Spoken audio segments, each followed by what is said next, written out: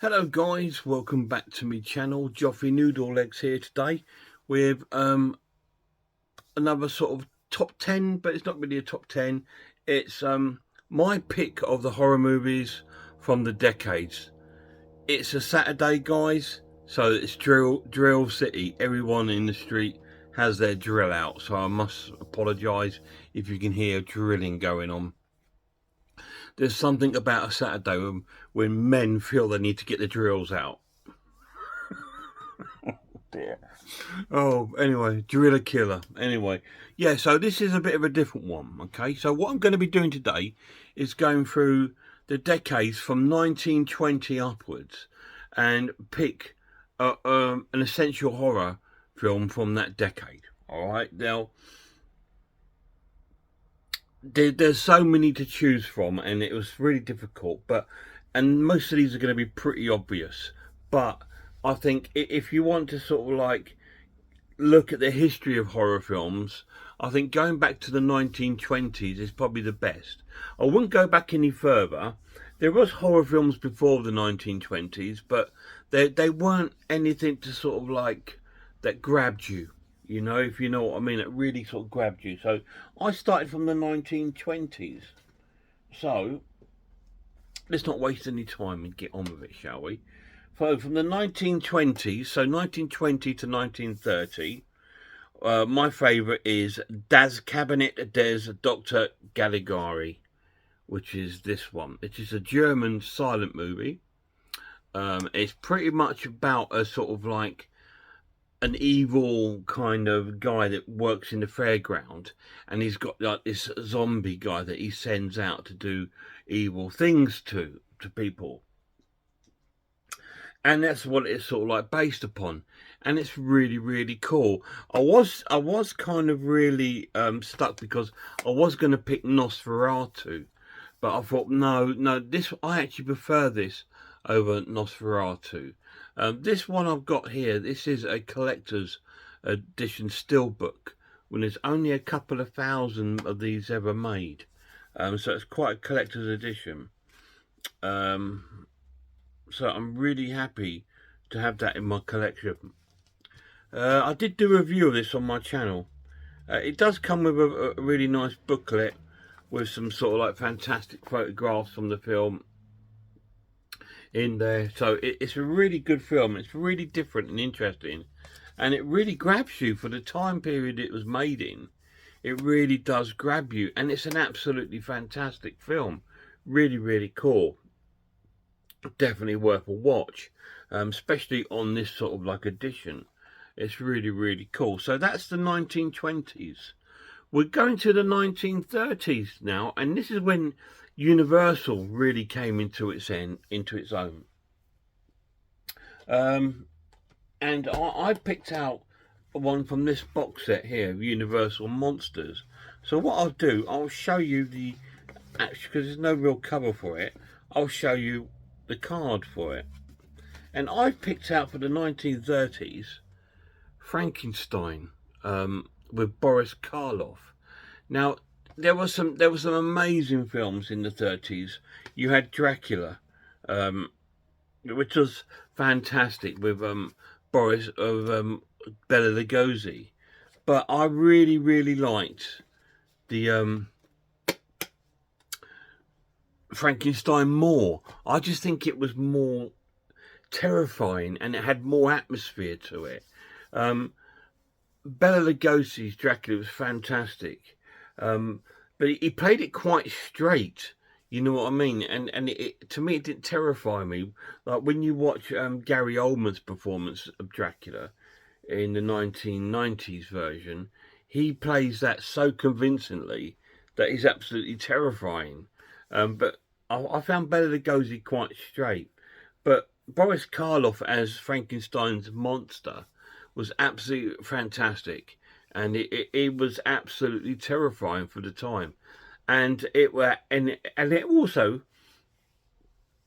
I think it was one of the very early films that had its first sort of banned moments when it was cut out of it. When it was a moment in the film, and he has like a tender moment, the monster, with a young girl by the river, and they're throwing like flowers in there, and then the monster picks up the young girl and throws her in there, and she drowns.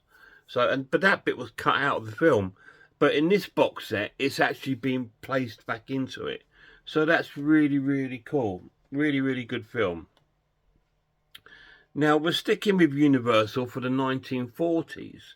And at the beginning of the 1940s, they released Wolfman with Lon Chaney. Another fantastic movie. It was full of atmosphere. It was just like all the sort of fog effects in the like the forest and the mist, and it was just fantastic. And the transformation of the time was absolutely amazing, sort of like for its time. This came out in 1941, so it was getting probably nearer the end of the sort of Universal's heyday with their sort of horror franchise, because they made loads of monster picks. You know, we had the Invisible Man, we had Dracula, we've had Frankenstein, Wolfman. Fantastic movies, absolutely fantastic. And later on, near in the 50s, we had the creature from the Black Lagoon, which was absolutely fantastic. It's one of my favourite monster pictures, but it didn't make my 1950s choice. So far, in the 1920s, there we got our silent movie, Das Cabinet de Dr. Dr. Caligari. I forget to pronounce his name. In the 1920s, Frankenstein, and in the 1940s, Wolfman. So they're my picks for that. The moment, if you for those decades. So we're up to 1950, and Universal in the 1950s got a new player in the game. I mean, at the end of the 1940s, RCA kind of joined in the sort of horror kind of market, and they released some amazing films like the Catwoman and things like this. So they were a real contender. But in the 1950s, a real contender came up, and this time not from America, but from across the pond here in the UK, and Hammer Films came up. So my choice for the 1950s decade of horror film would be Dracula with Peter Cushing and Christopher Lee. Now, this was a really difficult one again to choose, 1950s, because there's so many amazing films. It was the sort of the decade of the creature feature, really, especially from America. 10 to a dozen creature feature films came out, all sort of B movies, because in the 50s the drive-in was so popular in America, drive-in movies, so they could make these cheap B movies, horror and sci-fi movies that that would be fantastic and would draw in the youngsters, because the youngsters wanted to see the horror films and the sci-fi, you know, because that they all loved comic books and they were brought up on that sort of thing. So it was kind of fantastic for them to see all these amazing films. But in the 50s come along, and Hammer came along, and Hammer brought in a new sort of thing to horror films, and it was blood in red. There was red blood, which you didn't see in the Universal films. They were pretty much black and white, and there was very, very little gore or blood in there. So along came Hammer and introduced it with films like Dracula. And then they went on to do the other sort of classics, Frankenstein. And another favourite of mine from the 1950s was the Sherlock Holmes Hounds of the Baskerville, which was a fantastic film. Really, really cool. And that was my original choice. But then I thought, no, I'm trying to do a sort of decade thing that would interest you, not personally my personal favourite, because my personal favourites would be a bit different. Obviously, I would have put in here either The Creature from the Black Lagoon or Hounds of the Baskerville. But these are ones that I really recommend if you're getting into horror films and you want to know a bit more of the history of the horror films. these are the ways to start and go backwards and look at these each decade from the 1920s upwards. So we're up to 1950. So then we went to the 60s. And again, Hammer was absolutely pushing out film by film by film. We had amazing films. We had Dr. Jekyll and Sister Hyde. All these incredible films that were coming out from Hammer in the sort of 60s. And they were brilliant. Loads of Dracula films came out. We had Satanic Rites. We had Taste of Blood. We had Frankenstein Created Woman. We had all these amazing films coming out. But back in America, things were looking a bit different. They were going down the more exploitation sort of route. And we had some amazing films like Blood Feast, which was probably one of the most goriest films of its time. You know, and in Europe, in Italy, we were starting to get giallo films and the early sort of like really early sort of slasher films from Mario Bava, and all this was starting to sort of like come through. There's no in here, unfortunately, no Italian films in here, I don't think. But shout out to them. They were fantastic films. But if you want to have a horror film of that decade, I wouldn't put them in there because they were more of your horror fans' favorites. You know, once you get into the horror films, you start investigating different sections of horror, and that's the best time to go there. But if you're just getting into horror, the best thing to do is go with some classics, and this is what I'm trying to show here. These are classic films, one from each decade, that I would recommend to watch to represent that decade. We've just done 1950, so the 1960s, we're going back to America for an exploitation classic which came out in the later part of the 60s and introduced us to a sort of brand new kind of villain, if you like, or villains. We did have films about these villains before this came out, but this introduced them in a very gruesome kind of way. So I must be talking about George Romero's Night of the Living Dead. It's a fantastic film. Again, we're back to black and white, but and this is one of the very first sort of films that was filmed like a documentary. Almost there was some documentary sort of bits about it where you would hear things on the radio or on the TV and things, and they were watching things and you know, the radio shows were telling people not to go out and shoot them in the head, and you know, the dead are coming back to life and living on the living, and it was terrifying. Very similar to H.G. Wells' War of the Worlds. When that came out on the as a radio show way back in the day, people were terrified. They thought it really happened, and this is kind of playing on the same sort of thing. You know, it sort of played on that kind of same sort of feel, and I liked that. And it was really advanced for its days. The zombies were really, really cool.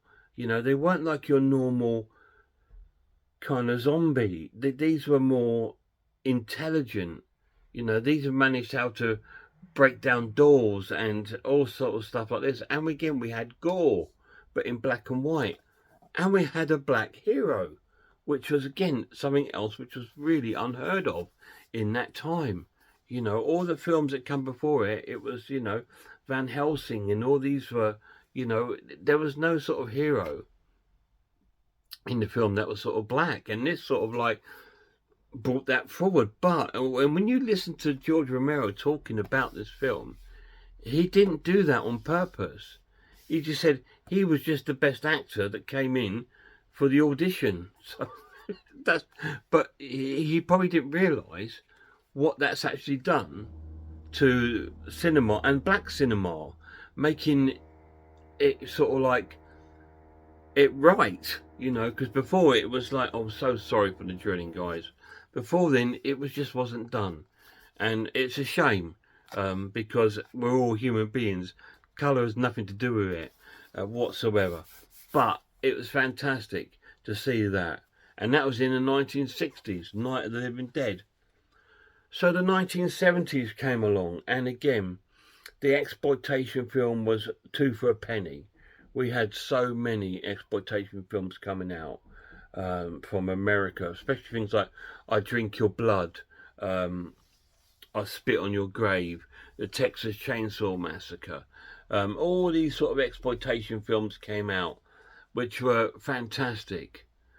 But my heart went to sci-fi in the 1970s, and it went to Alien. So I would pick this as the horror film of that decade, Alien. It's a survival horror about a group of space pilots and engineers. They're on a sort of a cargo vessel. They're all in like hypersleep, but they get awakened by the computer awakes them because they got a stress signal from a planet, and a part of their contract is to go onto the planet to investigate any sort of like stress signals. So they go onto the planet and they find out it wasn't a stress signal, it was a warning.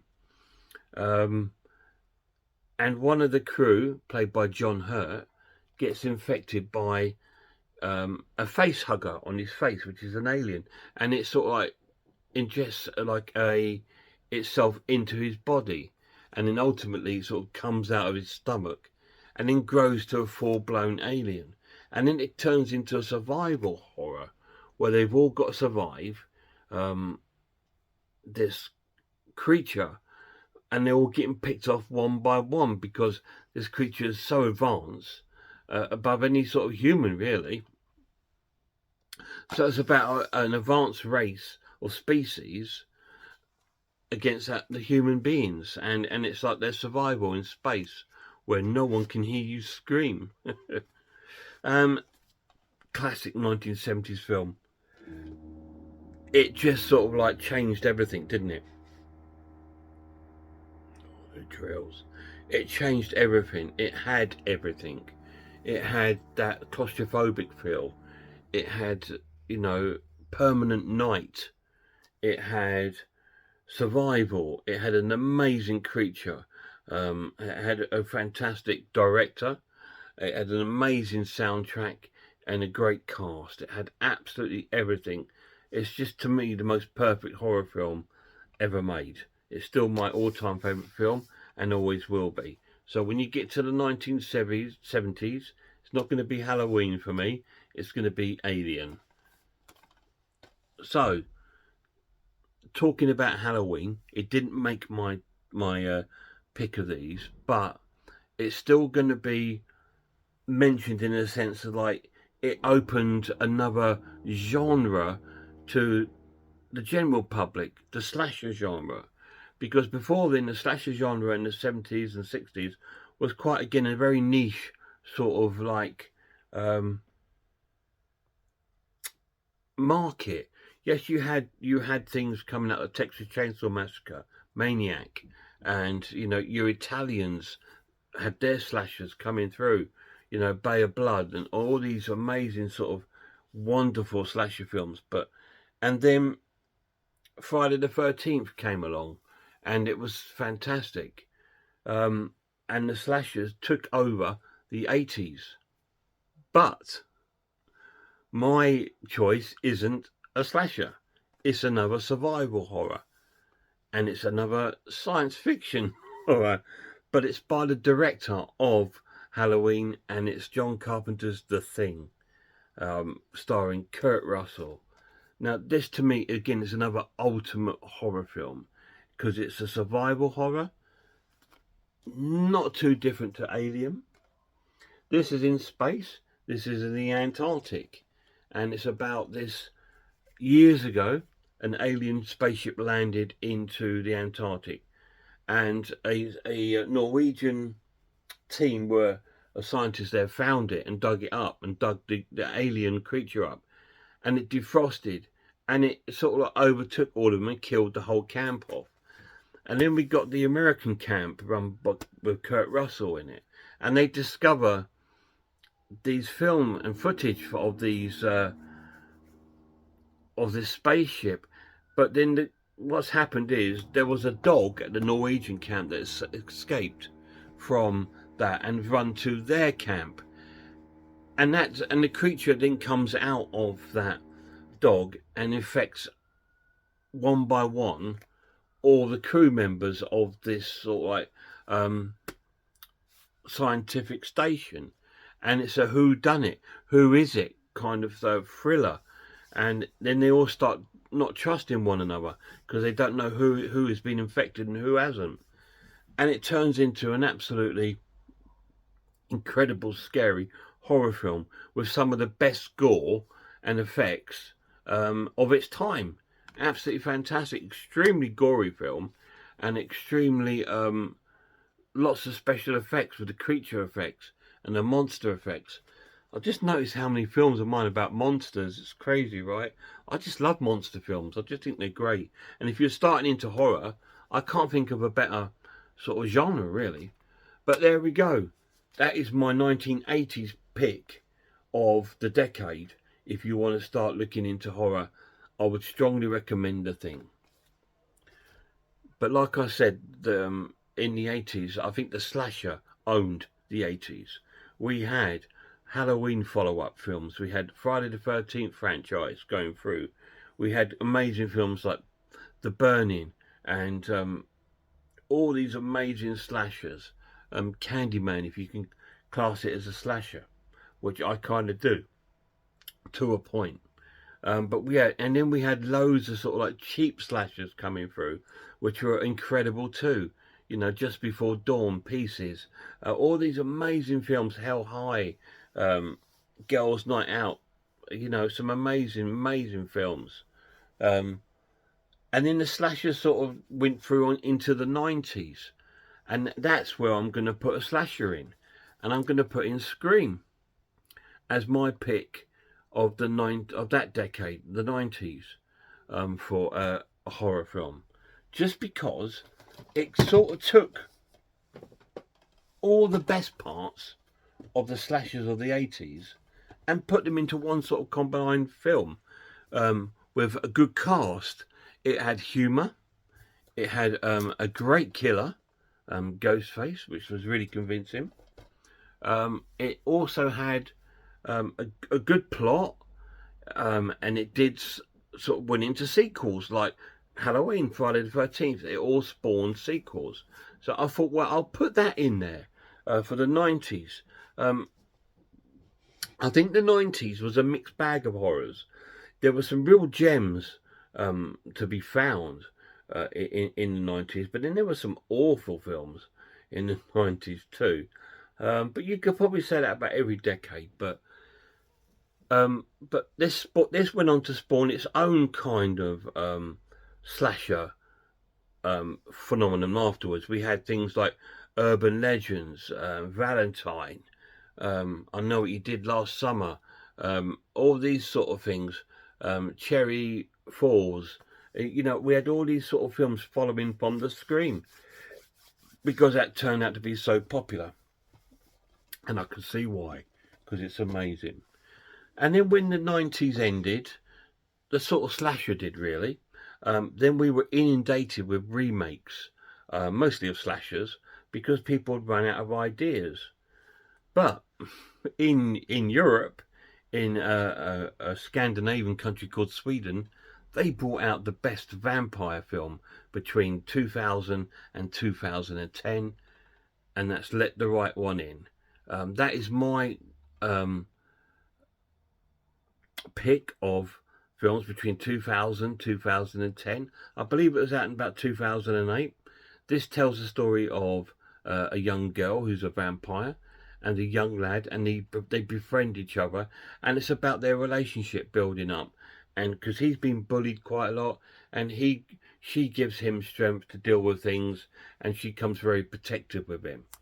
It's a fantastic film, amazing soundtrack, amazingly well acted, beautifully shot, the most perfect vampire film to me. Let the Right One In, and that came quite late, didn't it, after all the Draculas and all these other great vampire films, Fright Night and stuff. But that's my favourite vampire movie. So that took us up to 2010. So between 2010 and 2020, I think the horror genre kind of opened up to a big sort of like sub genres. So many different horrors come out, especially demonic ones. We were absolutely inundated with lots of demonic horrors. Slashers, not so much, seemed to have died down a bit. And we were inundated with kind of films that are very sort of demonic and horror films more along that sort of sense. We had films like The Last Exorcist, Devil's Due, you know, and all these kind of things, The Rite, and all these sort of wonderful films, but they're all very quite similar. But then there's one film that really stood out for me, because I have a big love for the films of witchcraft. So the film The Witch is my choice for between 2010 and 2020. I choose The Witch. This is a very sort of stark, raw story about a family in New England in America back in the 17th century, and they have been banished from the town. So I think they've done something wrong and they got banished from the town, and they tried to start out on their own, but by making themselves like a farm. But they weren't farmers; these were town folk, and so they just did not have the skill or ability to get a farm running. So everything they did went wrong. All the crops died, or they just couldn't get food to live, and they start falling out with each other. And it's like the husband, wife, daughter, son, and two twins, and they all start, and a baby, and they all start falling out with each other. But the other bad thing to happen, what they did when they started their farm, the land they chose was on a cursed land, and living on that land is a witch, and so they absolutely had no hope. And so that story follows that, and it's a very sort of like quite a depressing but very beautifully shot film, and it's an amazing, because I love witchcraft films. I've been struggling because nearly every decade I've been having witch films. I wanted to put Black Sunday in there. I wanted to put The Wicker Man and all this, but I thought you can't do that. You can't just put witchcraft in every single decade job. So I tried to mix it up, and The Witch. So I finally got one in there. Is my choice between 2010, 2020. So now we're in that sort of new decade of 2020s, aren't we? Between in and 2030. So we're only 3 years in, but my choice from this decade is we're going back to the slasher films, because they seem to have had a bit of a revise, and they're sort of coming back again.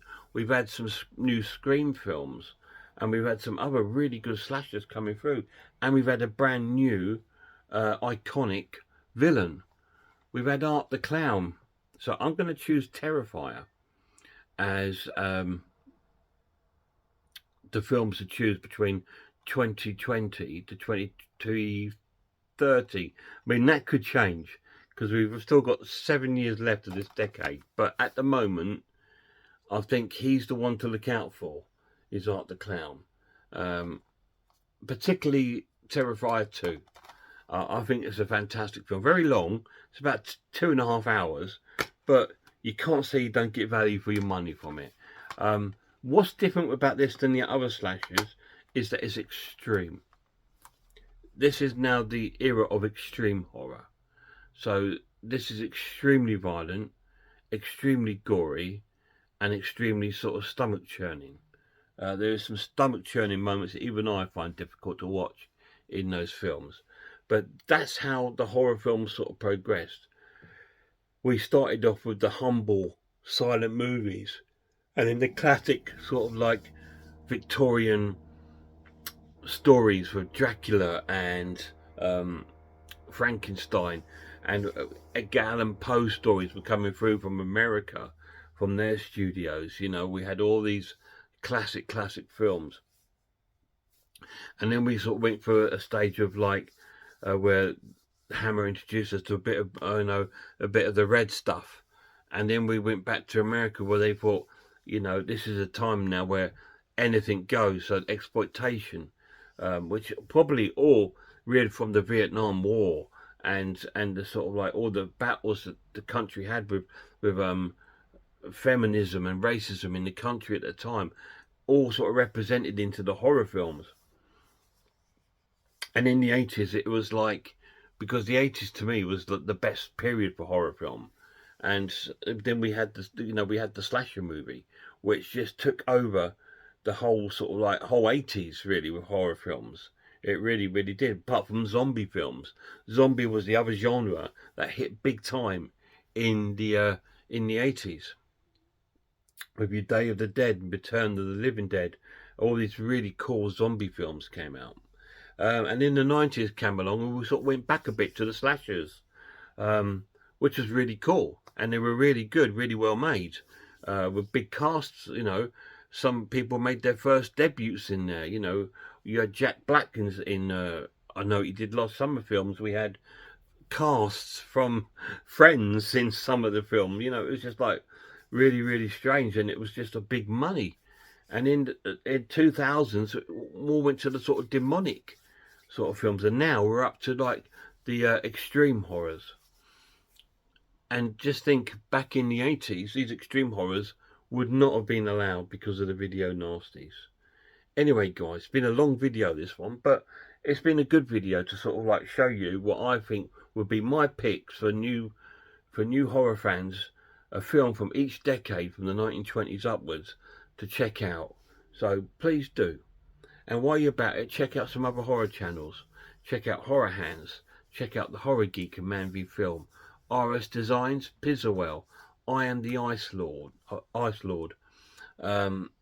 Grumpy Andrews Haunted House. So I get confused with so many channels. Sarah of Horror and Cat Watches Horror Movies. Till next time, you look after yourselves, look after one another, and I really hope I see you all soon.